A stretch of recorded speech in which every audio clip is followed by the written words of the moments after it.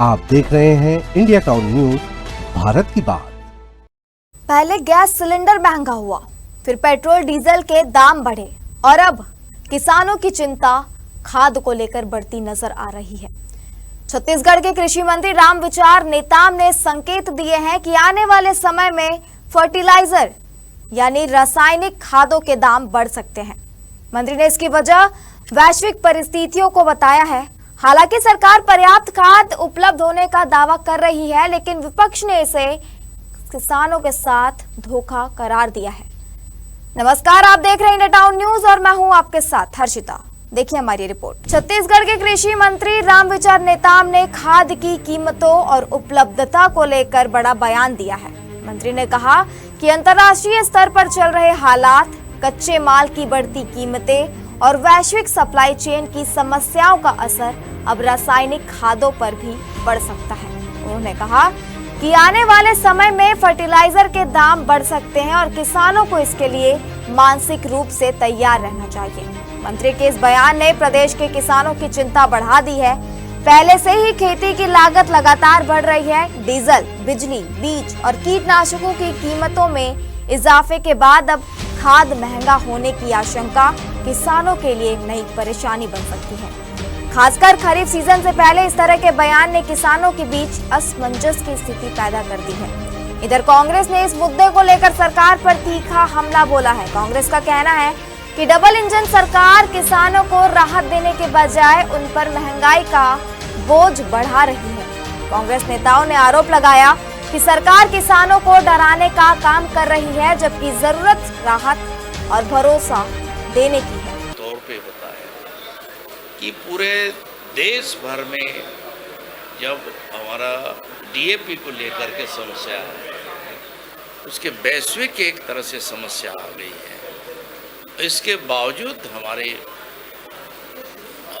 सरकार ने हर स्तर से प्रयास करके, हम लोगों ने व्यक्तिगत, तो माननीय मुख्यमंत्री जी भी अपने व्यक्तिगत तौर पे भारत सरकार के रसायन उर्वरक मंत्री से भी लगातार संपर्क करते रहे।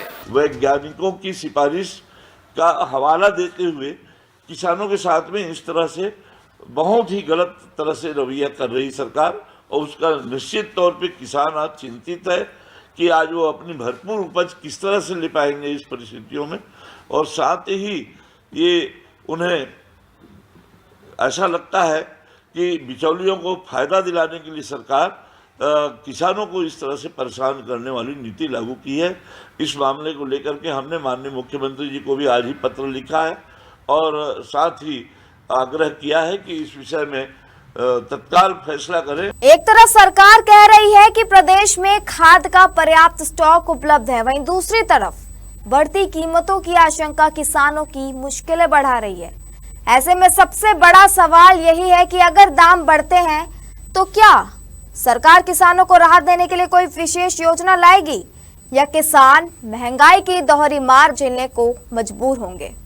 सरकार की ओर से दावा किया जा रहा है कि खरीफ सीजन 2026 को देखते हुए खाद की पर्याप्त उपलब्धता सुनिश्चित की जा रही है। केंद्र सरकार की तरफ से छत्तीसगढ़ को करीब 15.55 लाख मीट्रिक टन उर्वरक आवंटित किया गया है। इसमें यूरिया, डीएपी, एमओपी, एनपीके और एसएसपी जैसी प्रमुख खादें शामिल है। सरकारी आंकड़ों के मुताबिक प्रदेश के गोदामों और समितियों में फिलहाल करीब 7.48 लाख मीट्रिक टन खाद उपलब्ध है।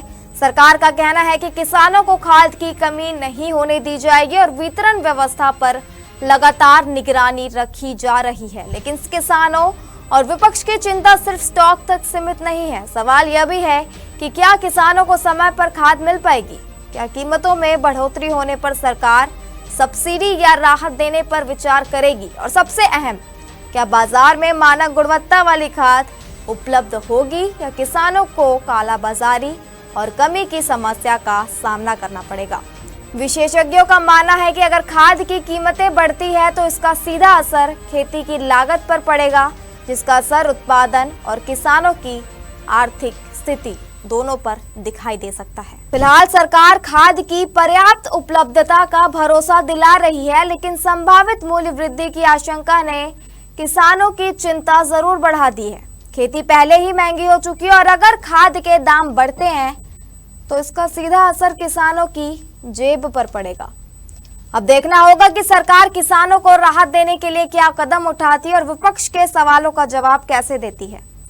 सरकार के दावे कितने मजबूत साबित होते हैं और किसानों को वास्तव में राहत मिलती है या नहीं, ये तो आने वाला वक्त ही बताएगा। इसी के साथ मुझे दीजिए इजाजत और आप देखते रहिए इंडिया टाउन न्यूज भारत की बात। नमस्कार। आप देख रहे हैं इंडिया टाउन न्यूज भारत की बात।